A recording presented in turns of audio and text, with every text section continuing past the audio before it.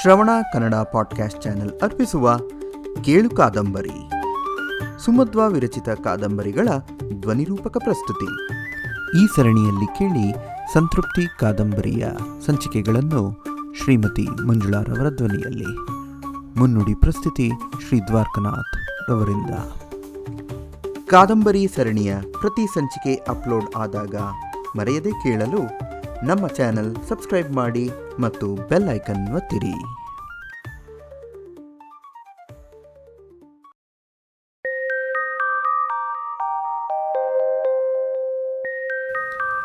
ಸಂತೃಪ್ತಿ ಭಾಗ 11 ಕೇಳುವ ಮುನ್ನ ಇಲ್ಲಿಯವರೆಗೆ.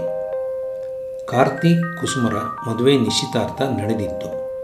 ಮೇಘನಾಳಲ್ಲಿ ಬದಲಾವಣೆ ಕಂಡ ಕುಸುಮ ಮೇಘನಾಳ ಮನ ಅರಿಯಲು ಪ್ರಯತ್ನಿಸಿದಳು. ಕಾರ್ತಿಕ್ನ ನಿಶ್ಚಿತಾರ್ಥವಾಯಿತೆಂದು ತಿಳಿದ ಮುರಳಿ ಅವ್ಯಕ್ತ ಆನಂದಕ್ಕೊಳಗಾದ. ಮೇಘನಾಳ ಮನೆಯಿಂದ ಮುರಳಿಗೆ ನೀಲಿ ಬಣ್ಣದ ಸ್ವೆಟರ್ ಉಡುಗೊರೆಯಾಗಿ ಬಂದಿತ್ತು. ಅದು ಮುರಳಿಯಲ್ಲಿ ಆಶಾಭಾವ ಮೂಡಿಸಿತ್ತು.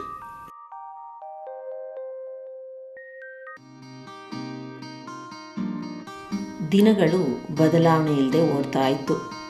ಕುಸುಮಳ ಲಗ್ನ ಪತ್ರಿಕೆ ಸಿದ್ಧವಾಗಿತ್ತು. ಮದುವೆ ಚೆನ್ನೈನಲ್ಲೂ, ಹುಡುಗ ಹುಡುಗಿ ಇಬ್ಬರು ಬೆಂಗಳೂರಲ್ಲಿ ಕೆಲಸ ಮಾಡ್ತಾ ಇರೋದ್ರಿಂದ ರಿಸೆಪ್ಷನ್ ಬೆಂಗಳೂರಿನಲ್ಲಿ ಅಂತ ನಿರ್ಧಾರವಾಗಿತ್ತು.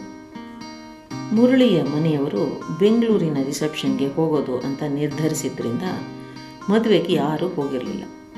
ರಿಸೆಪ್ಷನ್ ಹತ್ತಿರ ಆದಂತೆ ಮುರಳಿ ಮೇಘ ಖಂಡಿತ ಬಂದೇ ಬರ್ತಾಳೆ ಬೆಂಗಳೂರಿಗೆ ಅಂತ ಉದ್ವೇಗಕ್ಕೊಳಗಾಗಿದ್ದ. ಬಂದರೆ ಖಂಡಿತ ಇವ್ರ ಮನೇಲೇ ಇರ್ತಾಳೆ ಅನ್ನೋದು ಅವನ ಸಂತೋಷಕ್ಕೆ ಕಾರಣ ಆಗಿತ್ತು. ಮೇಲಿನ ಮನೆ ಮದುವೆ ಸಂಭ್ರಮದಿಂದ ತುಂಬಿತ್ತು. ಮುರಳಿಯ ಮನಸ್ಸು ಮಾತ್ರ ಖಾಲಿಯಾಗೇ ಇತ್ತು. ಮದುವೆ ಮುಗಿಸಿ ಬಂದವರು ರಿಸೆಪ್ಷನ್ಗೆ ಹೊರಟರೂ ಮೇಘಳ ಸುಳಿವೇ ಎಲ್ಲೂ ಇರಲಿಲ್ಲ.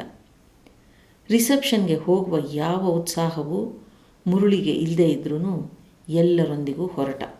ರಿಸೆಪ್ಷನ್ನಲ್ಲಿ ಕಾರ್ತಿಕ್ನ ಕೈ ಕುಲುಕಿದಾಗ ಮುರಳಿಯಲ್ಲಿ ಎಂದಿನ ಬಿಗು ಇರಲಿಲ್ಲ.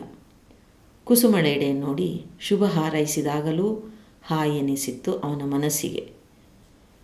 ನಿಮ್ಮನ್ನೆಲ್ಲ ಗಲಾಟೆಯಿಂದ ಗೋಳು ಹೊಯ್ಕೊಳ್ಳೋ ನಿಮ್ಮ ತಂಗಿ ಇಲ್ಲದೇ ಮದುವೆ ಮಾಡ್ಕೊಂಡಿದ್ದೀರಿ, ತುಂಬ ಡಲ್ಲು ಅನಿಸ್ತಿರ್ಬೇಕು ಅಲ್ವಾ ಅಂದ ಮುರಳಿ ಕುಸುಮ ಮತ್ತು ಕಾರ್ತಿಕ್ ನಡೆ ನೋಡಿ. ಕಾರ್ತಿಕ್ ಆ ರಿಸೆಪ್ಷನ್ನಲ್ಲೂ ಮಂಕಾದ. ಹೌದು, ಅವಳಿಲ್ಲದೆ ಎಲ್ಲ ಡಲ್ಲಾಗಿದೆ, ಅವಳು ನಂಗೆ ಮಾತಾಡೋಕ್ಕೆ ಸಿಕ್ಕೇ ಇಲ್ಲ ಅಂದ ಕಾರ್ತಿಕ್. ಅದು ಮುರಳಿಗೆ ಹೊಸ ವಿಷಯ. ಮೇಘ ಕಾರ್ತಿಕನ್ನು ಮಾತಾಡಿಸದೆ ಇರುವಷ್ಟು ಕೋಪ ಬಂದಿದೆ ಅಂದರೆ ಅವಳು ಕಾರ್ತಿಕನ್ನು ಪ್ರೀತಿಸಿ ಇಷ್ಟಪಟ್ಟಿರಬಹುದು.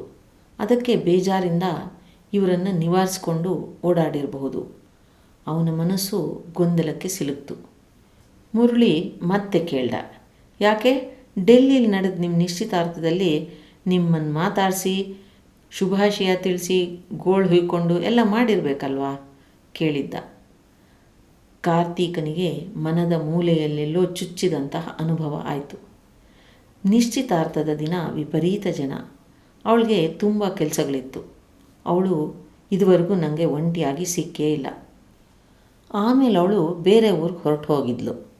ಅವಳು ಏನೇ ಹೇಳಿ ಮೊದಲಿನ ಮೇಗಳ ಥರ ಇಲ್ಲ ಈಗ ಅಂದ ಕಾರ್ತಿಕ್. ಮುರಳಿ ಏನನ್ನಾದರೂ ಉತ್ತರಿಸುವ ಮೊದಲೇ ಅಲ್ಲಿ ಜನರಿದ್ದುದರಿಂದ ಮಾತು ಅಲ್ಲಿಗೆ ನಿಲ್ಲಿಸಿದ್ದ. ಮೂಲೆಯ ಕುರ್ಚಿಯಲ್ಲಿ ಸುಮ್ಮನೆ ಕುಳಿತಿದ್ದ ಮುರಳಿ ಬಳಿ ಹಿರಿಯರೊಬ್ಬರು ಬಂದು ಕುಳಿತಿದ್ರು. ಆ ಮುಖ ಯಾರನ್ನೋ ನೆನಪಿಸ್ತಾ ಇದೆ ಅಂತ ಇವನಿಗನ್ನಿಸ್ತು.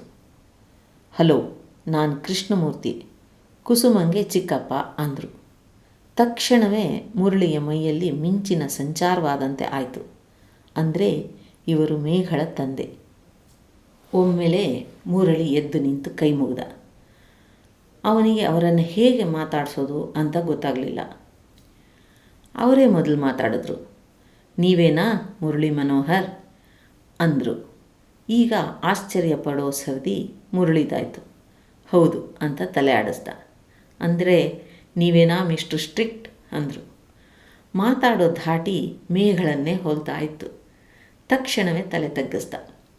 ಅವರೆಲ್ಲ ನನಗಿಟ್ಟಿರೋ ನಿಕ್ ನೇಮ್ ಇವರಿಗೆ ಗೊತ್ತಿದೆ ಅಂದರೆ ನನ್ನ ಬಗೆಗೆ ಅವ್ರ ಮಗಳು ಎಲ್ಲ ಮಾಹಿತಿಯನ್ನು ಕೊಟ್ಟೇ ಕಳಿಸಿದಾಳೆ ಅನ್ನಿಸ್ತು.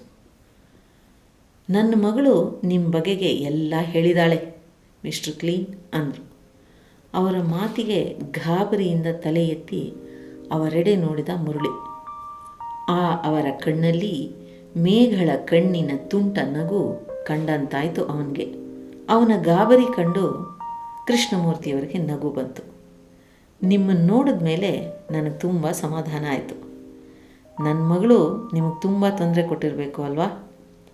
ನೀವೆಲ್ಲ ಅವಳನ್ನು ತುಂಬ ಚೆನ್ನಾಗಿ ನೋಡಿಕೊಂಡು ಉಪಚಾರ ಮಾಡಿದ್ದೀರ ಅಂತ ಅವಳೇ ಎಲ್ಲರಿಗೂ ಹೇಳಿದ್ಲು. ನನಗೆ ನಿಮ್ಮೆಲ್ಲರ ಬಗೆಗೆ ಹೆಮ್ಮೆ ಅನಿಸುತ್ತೆ.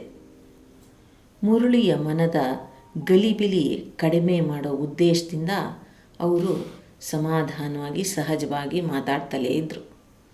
ಮುರಳಿಯನ್ನು ಮಾತುಗೆಳೆದು ಅವನ ವಿಷಯಗಳನ್ನೆಲ್ಲ ತಿಳ್ಕೊಂಡ್ರು. ಲಕ್ಷ್ಮಿಯವರು ಬಂದು ಮುರಳಿ ಹೊರಡೋಣವಾ ಅಂದಾಗ ಅವರೊಡನೆ ಮನೆಗೆ ಹಿಂದಿರುಗಿ ಹೊರಡಲೇಬೇಕಾಯಿತು. ಮೂರ್ತಿಯವರಿಗೆ ನನ್ನ ತಂದೆ ತಾಯಿ ಅಂತ ಪರಿಚಯ ಮಾಡಿಸ್ದ ಮುರಳಿ. ಕೃಷ್ಣಮೂರ್ತಿಯವರು ಕುಸುಮಳ ಚಿಕ್ಕಪ್ಪ ಅಂತ ಪರಿಚಯ ಮಾಡಿಸ್ದ. ವಂದನೆ ಪ್ರತಿವಂದನೆಗಳ ನಂತರ ಎಲ್ಲರೂ ಹೊರಟರು. ಏನೇ ಮಾಡಿದ್ರೂ ಮುರಳಿಗೆ ಮೇಘಳ ಬಗೆಗೆ ವಿಚಾರಿಸೋಕ್ಕೆ ನಾಲ್ಗೆ ಏಳಲಿಲ್ಲ. ಹೊರಗಡೆ ಇಡೋ ಮೊದಲು ಅಮ್ಮ ಅವ್ರಿಗೆ ಶಾಲು ಮತ್ತು ಸ್ವೆಟ್ರಿಗೆ ಧನ್ಯವಾದ ತಿಳಿಸ್ಬೇಕಾಗಿತ್ತು, ಈಗ ಬಂದೇ ಇರು ಅಂತ ಹಿಂದಿರುಗಿ ಅವರಿರೋ ಕಡೆಗೆ ಬಂದ. ಇವರೆಲ್ಲ ಹೋಗ್ತಾ ಇರೋದನ್ನೇ ಮೂರ್ತಿಯವರು ಸುಮ್ಮನೆ ನೋಡ್ತಾ ನಿಂತಿದ್ರು. ಅವರ ಬಳಿಗೆ ಹಿಂತಿರುಗಿ ಬಂದ ಮುರಳಿ, ನಿಮ್ಮ ಉಡುಗೊರೆಗೆ ಧನ್ಯವಾದಗಳು ಅಂದ. ತಡೆಯಲಾರದೆ ಕೇಳಿದ್ದ, ಹೇಗಿದ್ದಾಳೆ ನಿಮ್ಮ ಮಗಳು? ಮದುವೆಗೆ ಬಂದಂತಿಲ್ಲ ಅಂದ. ಮೇಘ ಚೆನ್ನಾಗಿದ್ದಾಳೆ. ಅವಳಿಗೆ ಅಂತಿಮ ಪರೀಕ್ಷೆಗಳು ನಡೀತಾ ಇರೋದ್ರಿಂದ ಬರಲಿಲ್ಲ ಅಂದಿದ್ರು. ಅವಳ ಪರೀಕ್ಷೆ ಆದಮೇಲೆ ಮದುವೆ ಇಟ್ಕೋಬಹುದಿತ್ತಲ್ವಾ? ಕಾರ್ತಿಕ್ ಕುಸುಮ ಇಬ್ಬರು ಬಹಳ ಹತ್ತಿರದವರಲ್ವಾ ಅಂದಿದ್ದ ಮುರಳಿ.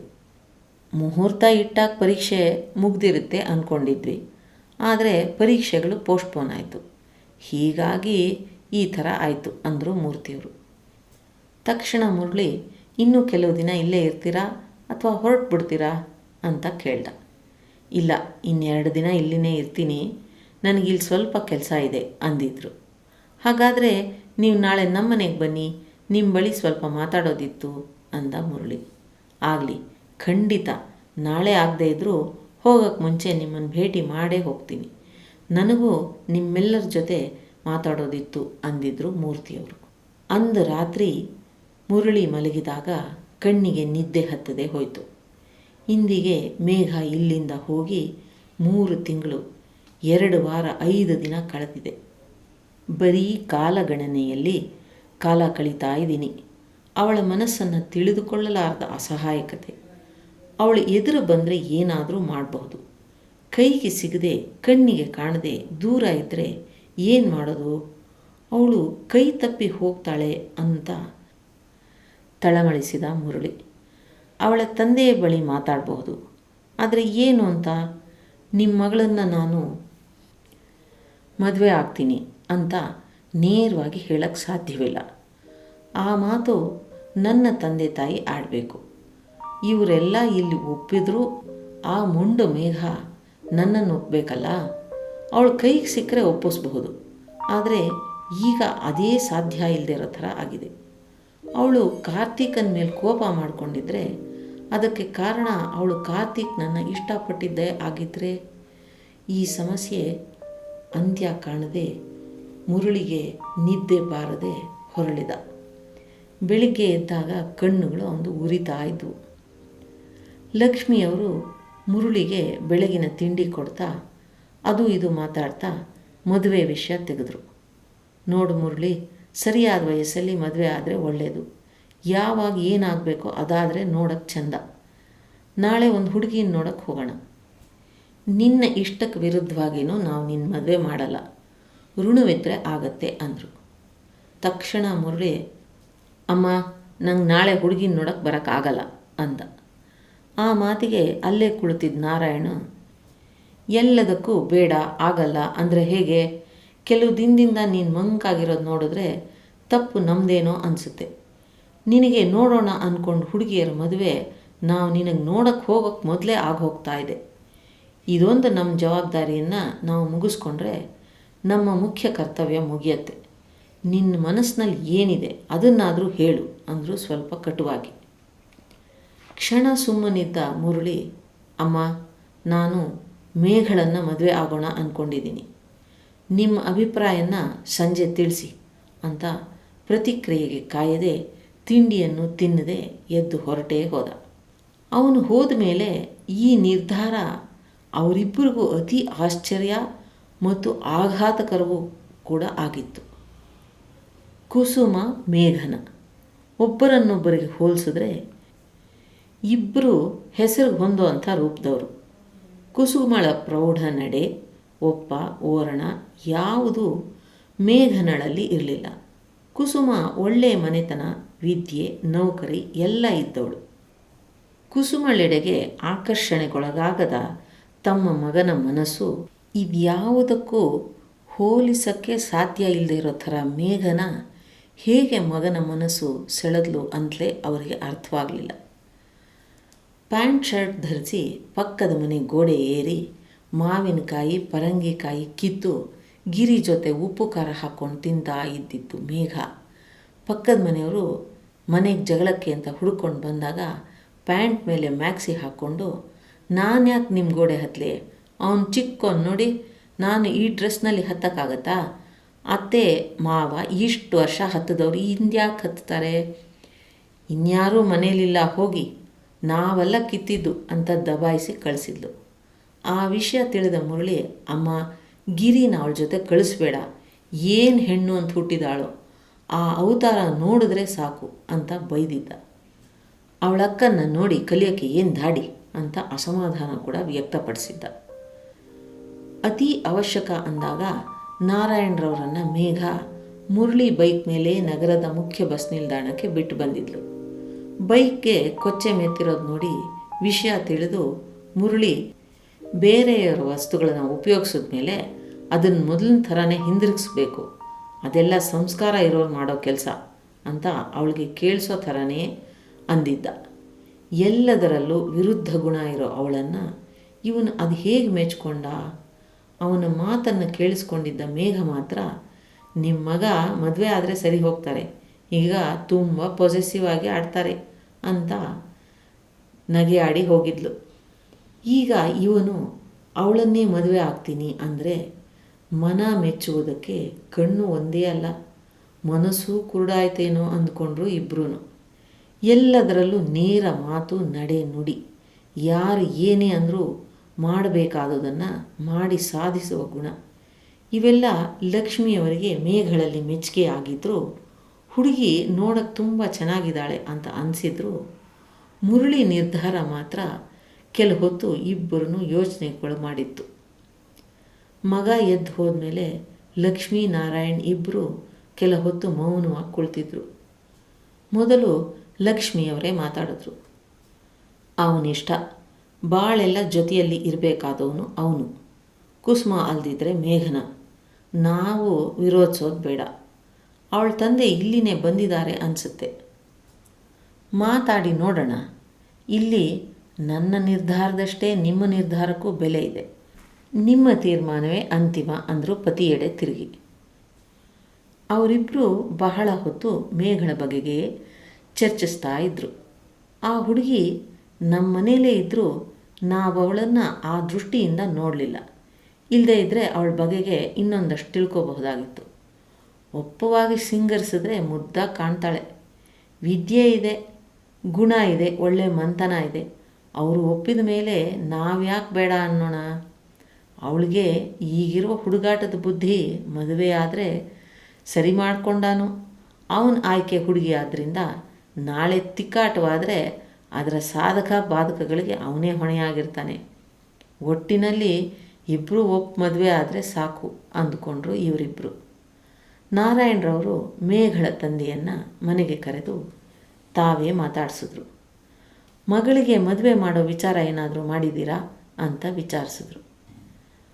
ನಿಮ್ಮ ಮಗಳು ನಮ್ಮ ಮನೇಲಿ ಎಲ್ರಿಗೂ ಹಿಡಿಸಿದಾಳೆ, ಅವಳು ನಮ್ಮ ಮನೆ ಸೊಸೆ ಆಗೋಕ್ಕೆ ನಿಮ್ಮ ಅಭಿಪ್ರಾಯ ಏನು ಅಂತ ನೇರವಾಗಿ ಕೇಳಿದ್ರು. ಕೃಷ್ಣಮೂರ್ತಿಯವರು ಮುರಳಿ ಮನೋಹರನಿಂದ ನಿರೀಕ್ಷಿಸಿದ್ದ ಮಾತು ಅವರ ತಂದೆ ತಾಯಿಯರ ಬಾಯಿಂದ ಕೇಳಿದ್ರು. ನಾನಿನ್ನೂ ನನ್ನ ಮಗಳ ಮದುವೆ ಯೋಚನೆ ಮಾಡಿಲ್ಲ. ಅವಳಿಗೆ ಈಗ 21 ವರ್ಷ ವಯಸ್ಸು. ಅವಳು ಪತ್ರಿಕೋದ್ಯಮವನ್ನು ತನ್ನ ವೃತ್ತಿಯಾಗಿ ಆರಿಸ್ಕೊಂಡಿದ್ದಾಳೆ. ನಾನು ಕೆಲಸಕ್ಕೆ ಸೇರ್ತೀನಿ ಅನ್ನಬಹುದು. ಮದುವೆಗೆ ಅವಳ ಅನಿಸಿಕೆ ಏನಿದೆಯೋ ಹಾಗೆ ಅವಳಮ್ಮನ ಅಭಿಪ್ರಾಯ ಕೂಡ ಬಹಳ ಮುಖ್ಯ. ಯಾವುದಕ್ಕೂ ಸ್ವಲ್ಪ ಕಾಲಾವಕಾಶ ಕೊಡಿ. ಮನೆಯವ್ರ ಜೊತೆ ಮಾತಾಡಿ ವಿಚಾರ ಮಾಡಿ ತಿಳಿಸ್ತೀನಿ. ನೀವು ಕೂಡ ನಿಮ್ಮ ಮಗನ ಅಭಿಪ್ರಾಯ ತಿಳ್ಕೊಳ್ಳಿ. ಸಾಧ್ಯವಾದರೆ ನಾನೇ ನಿಮ್ಮ ಮಗನ ಜೊತೆ ಮಾತಾಡ್ತೀನಿ ಅಂತ ತಿಳಿಸಿದರು. ಮುರಳಿಯನ್ನು ತಮ್ಮ ಮನೆಯನ್ನು ನೋಡಿರುವ ಕೃಷ್ಣಮೂರ್ತಿಯವರು ಮೇಘಗಳನ್ನು ಕೊಡಲು ತಕ್ಷಣವೇ ಒಪ್ಕೋತಾರೆ ಅಂದ್ಕೊಂಡಿದ್ರು ಲಕ್ಷ್ಮೀನಾರಾಯಣ್. ಆದರೆ ಅಲ್ಲಿ ನಡೆದಿದ್ದೇ ಬೇರೆ. ಲಕ್ಷ್ಮಿಯವರಿಗೆ ಸ್ವಲ್ಪ ನಿರಾಸೆಯಾಯಿತು. ಅದು ಕೋಪಕ್ಕೆ ತಿರುಗ್ತು. ನಾರಾಯಣ್ ಮಾತ್ರ ಅವ್ರು ಹೇಳಿದ ಸರಿಯಾಗಿದೆ, ಕೆಲ ದಿವಸ ಕಾಯೋಣ ಅಂದಿದ್ರು ಹೆಂಡತಿಗೆ. ಕೃಷ್ಣಮೂರ್ತಿಯವರು ಹೊರಡುವ ಮುನ್ನ ನಮ್ಮನೆಗೆ ನೀವೆಲ್ಲ ಒಮ್ಮೆ ಬನ್ನಿ ಅಂತ ತಮ್ಮ ವಿಳಾಸದ ಕಾರ್ಡನ್ನು ಕೊಟ್ಟು ನಿಮ್ಮ ಮಗನಿಗೂ ಹೇಳಿ ಅಂತ ಹೇಳಿ ಹೊರಟು ಹೋಗಿದ್ರು. ಮುರಳಿ ಸಂಜೆ ಮನೆಗೆ ಬಂದಾಗ ಮನೆ ಎಂದಿನ ಮೌನದಲ್ಲಿತ್ತು.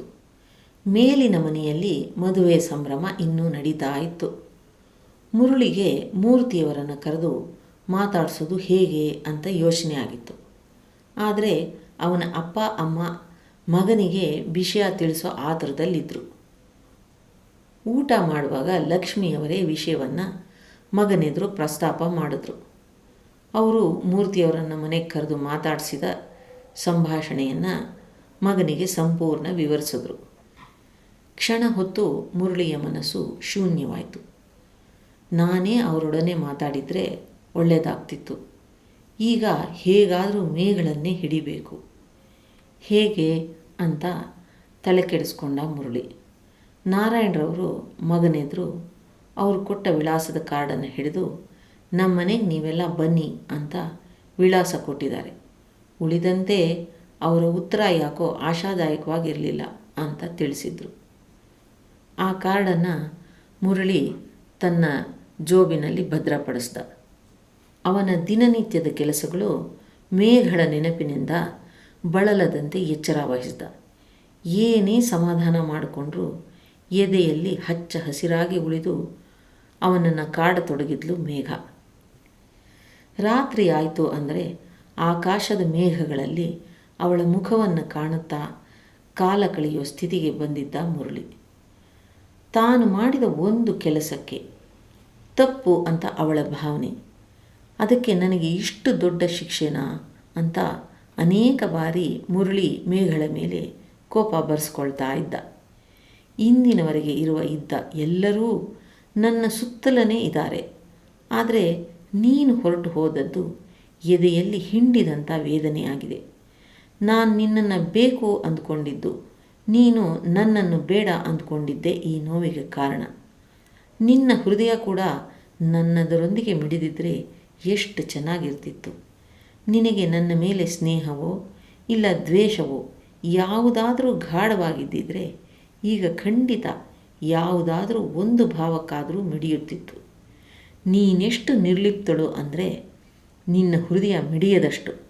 ಆದರೆ ನಿನ್ನ ನೆನಪು ನನ್ನ ಮನಸ್ಸನ್ನು ಹಿತಕರವಾಗಿ ಸಾಂತ್ವನಗೊಳಿಸುತ್ತೆ. ನಿನ್ನ ನೆನಪಿಂದ ಮನಕ್ಕಾಗುವ ಅನುಭವವೇ ಪ್ರೀತಿ ಭಾವ ಅಂತ ನನ್ನ ಮನಸ್ಸಿಗೆ ಸಂತೋಷ ಮೂಡುತ್ತೆ. ಈ ಭಾವ ಅತಿ ಹೊಸದು. ಮೊದಲು ಕೂಡ ಈ ಹಿಂದೆ ಎಂದೂ ಹೀಗಾಗಿರಲಿಲ್ಲ. ನಿನ್ನ ಆ ಸಡಿಲವಾದ ಶರ್ಟು, ಕೆದರಿದ ತಲೆ, ನಿನ್ನ ನಗು, ನಿನ್ನ ಚೇಷ್ಟೆ ಮಾಡುವ ಕಂಗಳು ಎಲ್ಲವೂ ನನಗೀಗ ತುಂಬ ತುಂಬ ಸುಂದರ ಅನಿಸುತ್ತೆ. ಅಂದರೆ ಈಗ ನಿನ್ನನ್ನು ನೋಡ್ತಾ ಇರೋದು ನನ್ನ ಕಣ್ಣಲ್ಲ, ನನ್ನ ಹೃದಯ. ಅದಕ್ಕೆ ಎಲ್ಲವೂ ಸುಂದರ ಸಹ್ಯ ಅನ್ನಿಸ್ತಾ ಇದೆ. ಕಥೆಯ ಮುಂದುವರೆದ ಭಾಗ ಕೇಳಿ ಮುಂದಿನ ಸಂಚಿಕೆಯಲ್ಲಿ.